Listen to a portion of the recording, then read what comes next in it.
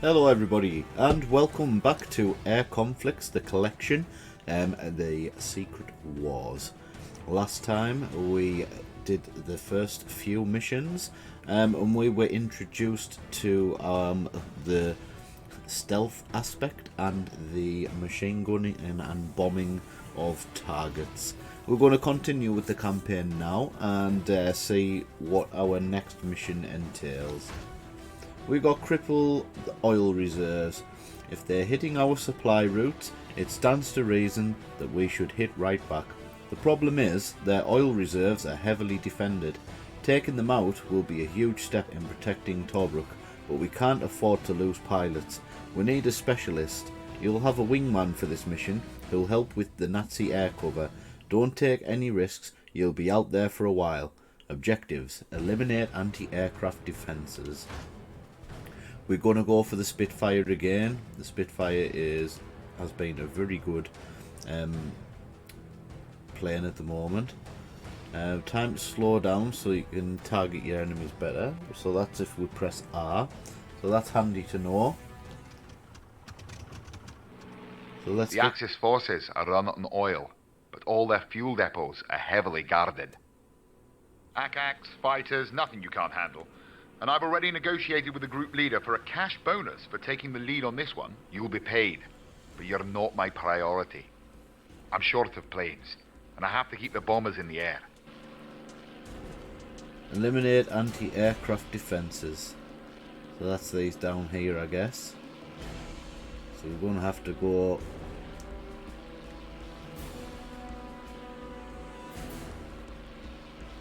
and blow these up.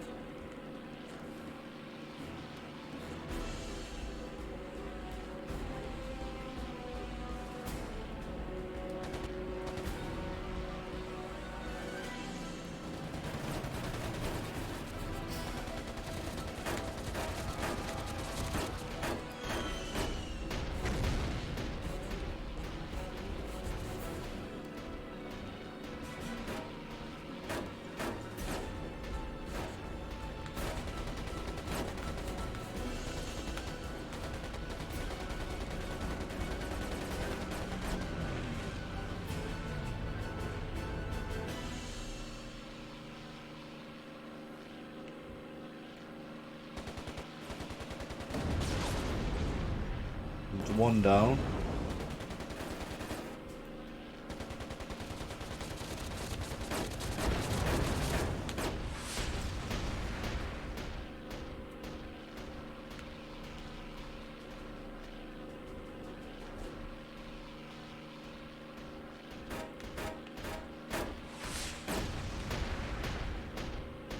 Oh, we couldn't. Oh.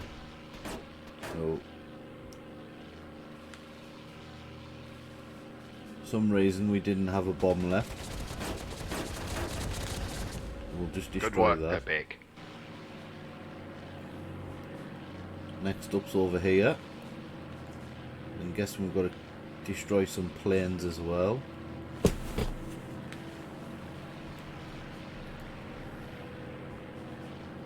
think we'll get the plane first.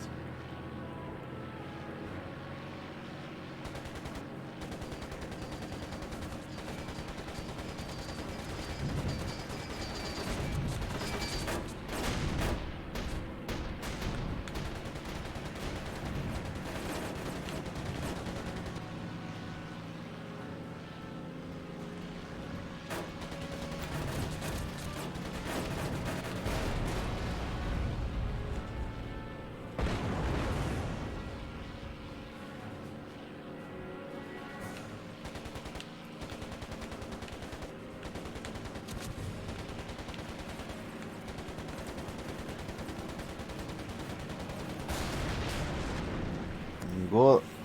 Well, that's the defense down.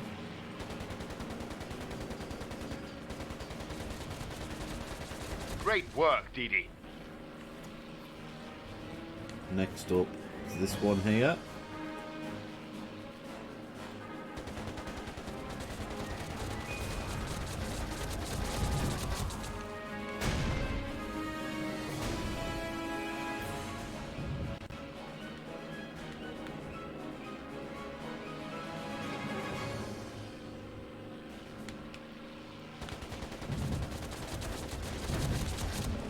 Another acca down. The bombers will be with you soon.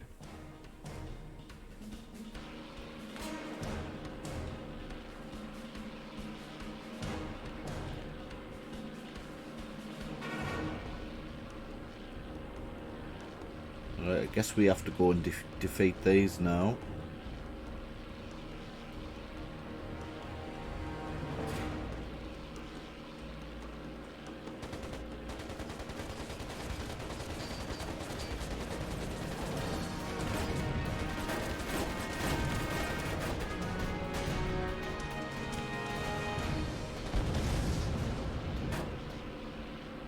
This is our wingman.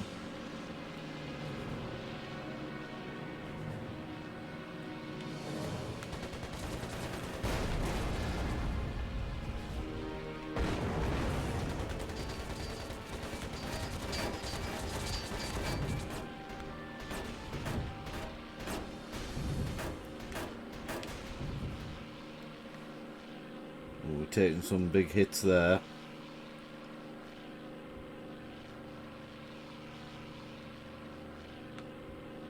Have to start from the outside and work our way in.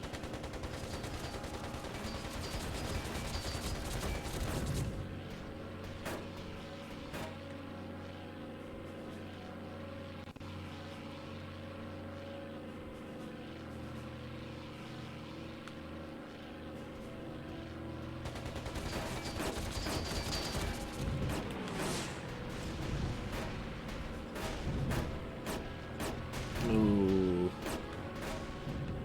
not looking good.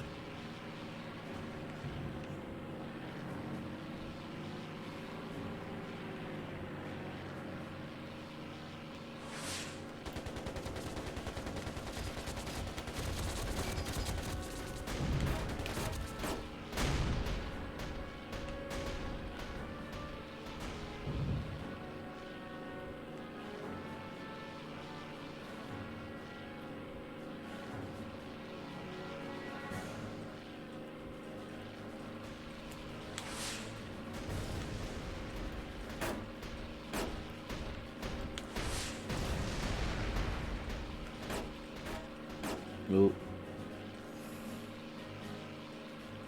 One more. Can we get it? Oh, we missed. I think it's because the buildings are in the way.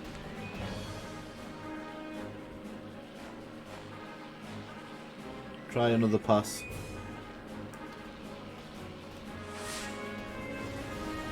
There we go. The Bake. My bombers should be with you at any moment. They're all I have, so please try to keep them aloft. We can't afford to lose even one. Understood.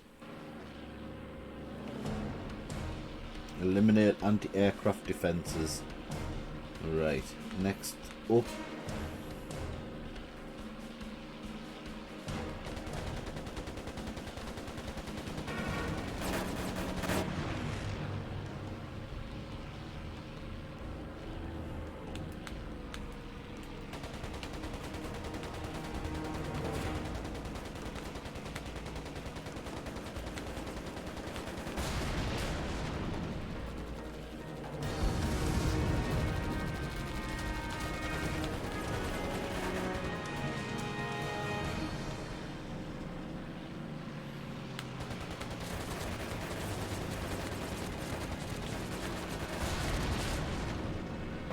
One more.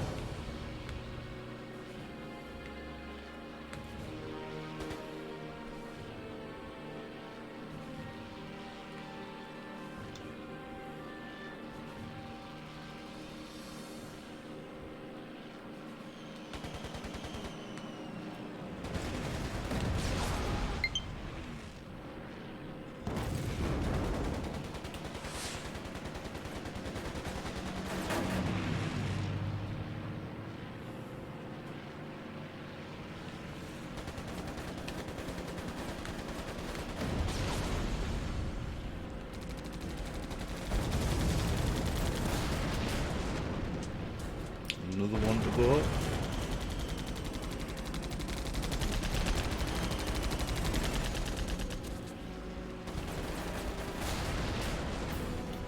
go. That's another one down. Is that all of them?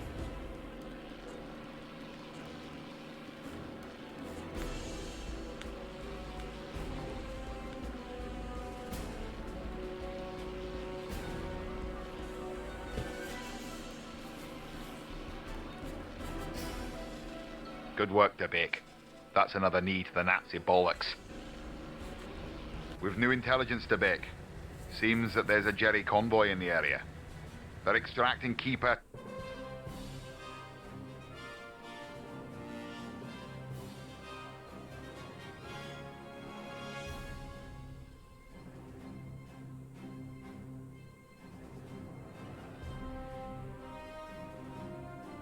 Okay, so why was it telling us about the convoy and then give us a mission complete? Seemed a bit strange. The loss of the oil hurts the enemy, they say, but the yellow flames and black smoke seem more like symbols of defiance to me. The tension in Tobruk has become almost unbearable, but for a second, as the bombs rain from the sky, I forget the stakes. I wonder how much of Libya will have to burn before this war ends. I can't imagine that Tobruk will survive, which means we need to...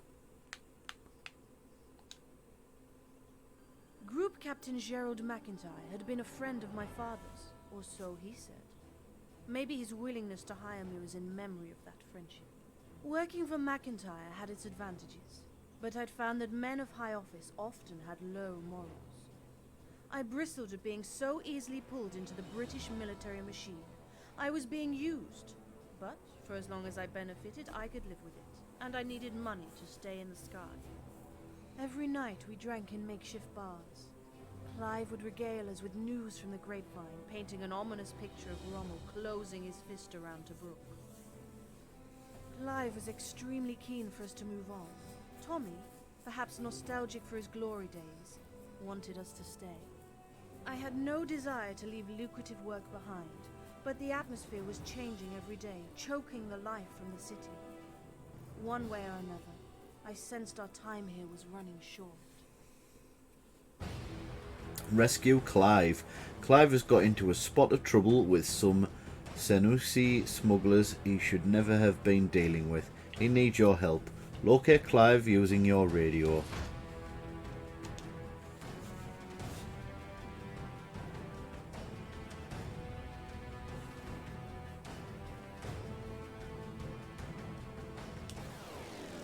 Boss, do you read me? I got myself some aggro. I need to bail out. I can't talk now, but I'll leave the channel open. You can ride a beam, or you can leave me to myself. It's your call. Clive? Clive? Tommy, Clive's in trouble. See if you can find anything out, please. Will do.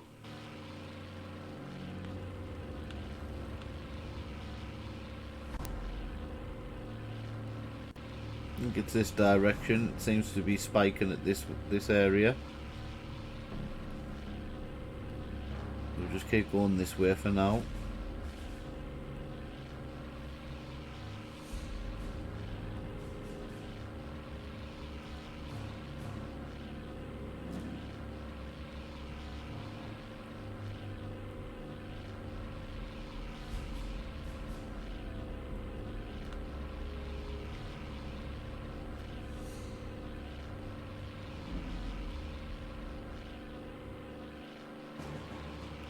Tommy, I've traced the signal back to a Nazi listening post.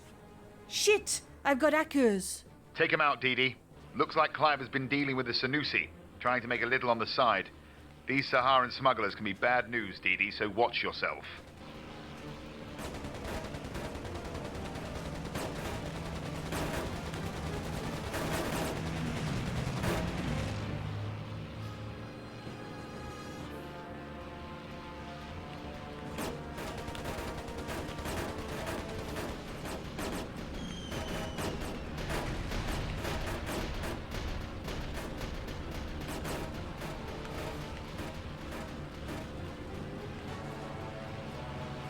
Let's get the planes.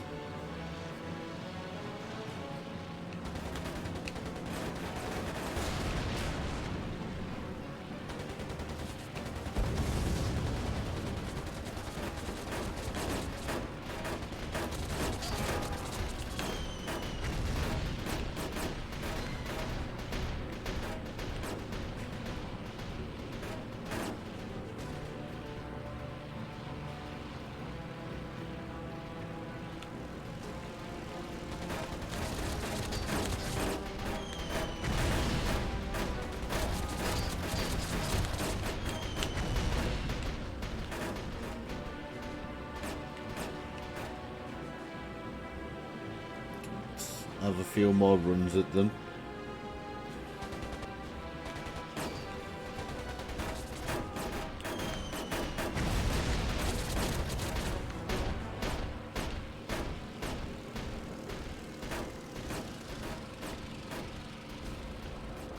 Oh, we're taking some damage.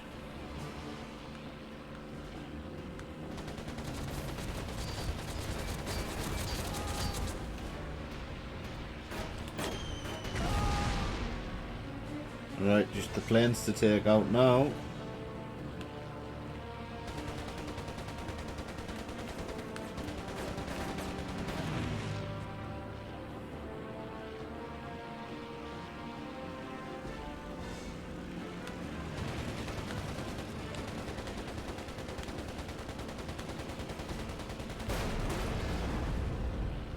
One to go.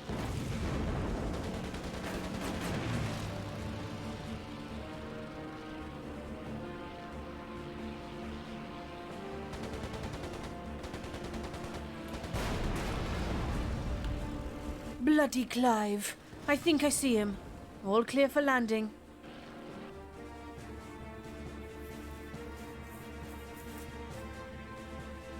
You've got your head up and locked, Greer. Sorry I'm a drongo. I tried to play both sides and I did. I got caught up in the middle. Oh, and we got one extra passenger. This is my new mate, Dave. There's no time for introductions. Let's get the hell out of here. Escape and protect Tommy's airplane. Alright. I'm guessing we're fighting these then.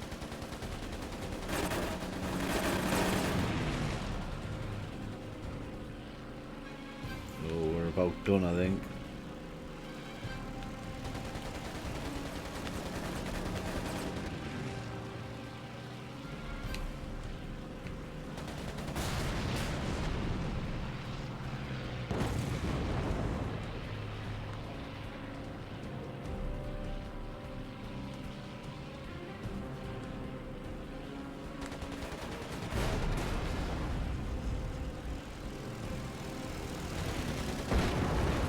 Circle round and get this one.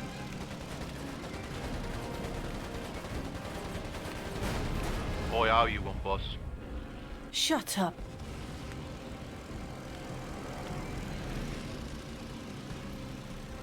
Oh, good, because we almost blew up there. Planes awarded. We've got a new plane. Lovely. Let's continue. Clive's a strange man. His good humour and courageous manner clearly hide some deeper wound, but we don't talk about it, and I wouldn't ask anyway. When he's working on a machine, his hands become steady, his eyes focus, his mind concentrates. The rest of the time, well, the less said, the better. But I can scarcely blame him for his greed, when right now, that's my motivation as well. At least we're finally getting the hell out of Tobruk.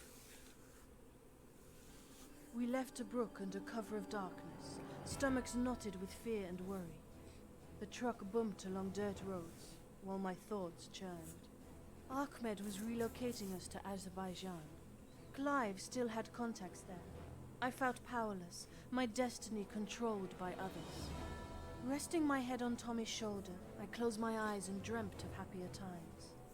As a girl, I would gratefully put aside my wrench and oil can at the end of each day and listen to the stillness, feeling the early evening sun on my skin, hearing the birds sing to each other. Nights were a time for warm bread, chilled wine and stories.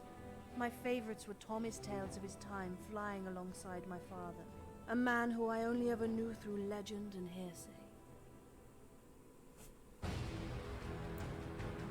Clive's action had triggered our escape to Azerbaijan, but I was as keen to flee Mcintyre as Rommel.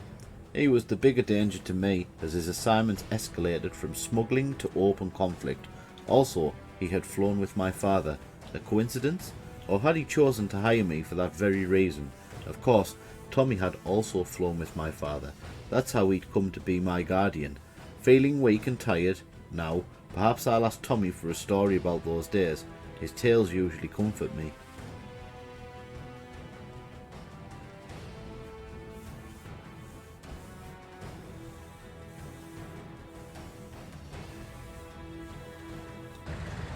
I can't sleep. Tommy, tell me about Constantinople again. Constantinople? Yes, I knew Deedee's father there. He was a dashing figure. All the lads respected him. We both flew in the naval barrage of Constantinople, the Battle of Gallipoli in 1916. We were in different squadrons, but if you flew, you knew the name of Lieutenant Guillaume de Beck. I was a young man then. My third combat flight, something like that. Your father was a hero to the lads, a decorated ace with a dozen kills to his name. He'd been shot down at least 3 times before Constantinople, so he thought he was invincible. And so did he, often trying to draw crabs to keep the other boys safe. Our first job was to locate artillery targets.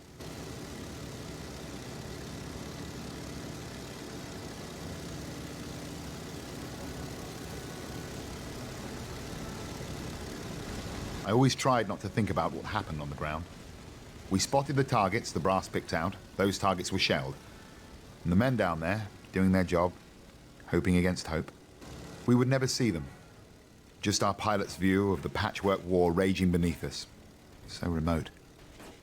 We pointed the finger and people died. Your father, Guillaume de Beck, he must have had thoughts like those. Thoughts of who he was killing. He'd play at dogfights and sometimes shoot the enemy down, but you could tell his heart wasn't in it. He'd do what he had to do. Once the ground targets were smoked, we were to check the beaches for a suitable landing point for the Anzacs. Oh, yeah. Bring on the diggers.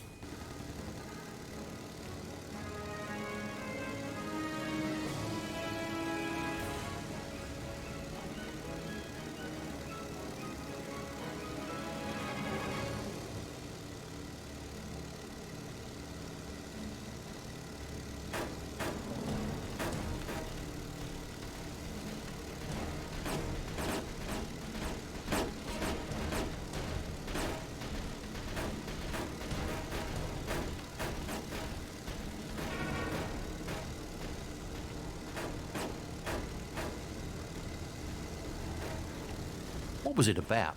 Constantinople, I mean. About? It was about removing Turkey from the war. If we'd taken Constantinople, well, things would have been different, I suppose. But it didn't quite go to plan.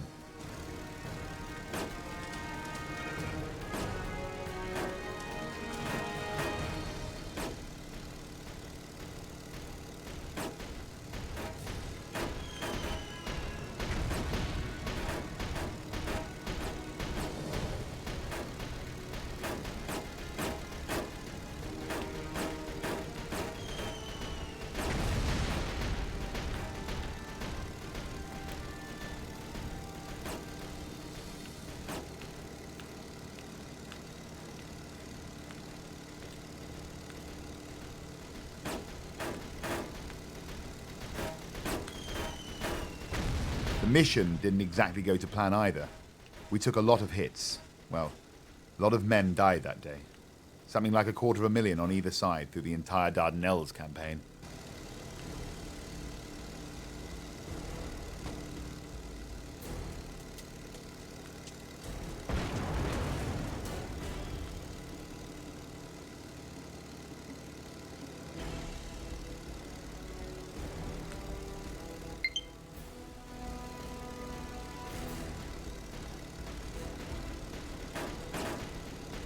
We'd hit the third waypoint along the beach when I saw it happen. Still playing with flak, Guillaume lost an engine and began to dive towards the sea. I couldn't hear him then, but I knew he'd shout out what he always said when he took his whiskey, or when his plane was hit. Tally-ho, into the drink again. She knows that line. I know that line.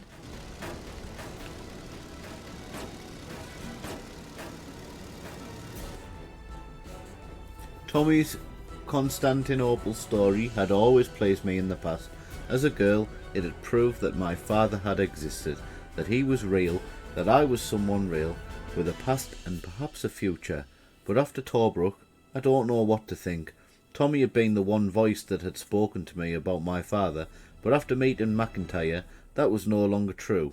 As we head into Azerbaijan, I find myself glad that I've left group leader Gerald Mcintyre far behind.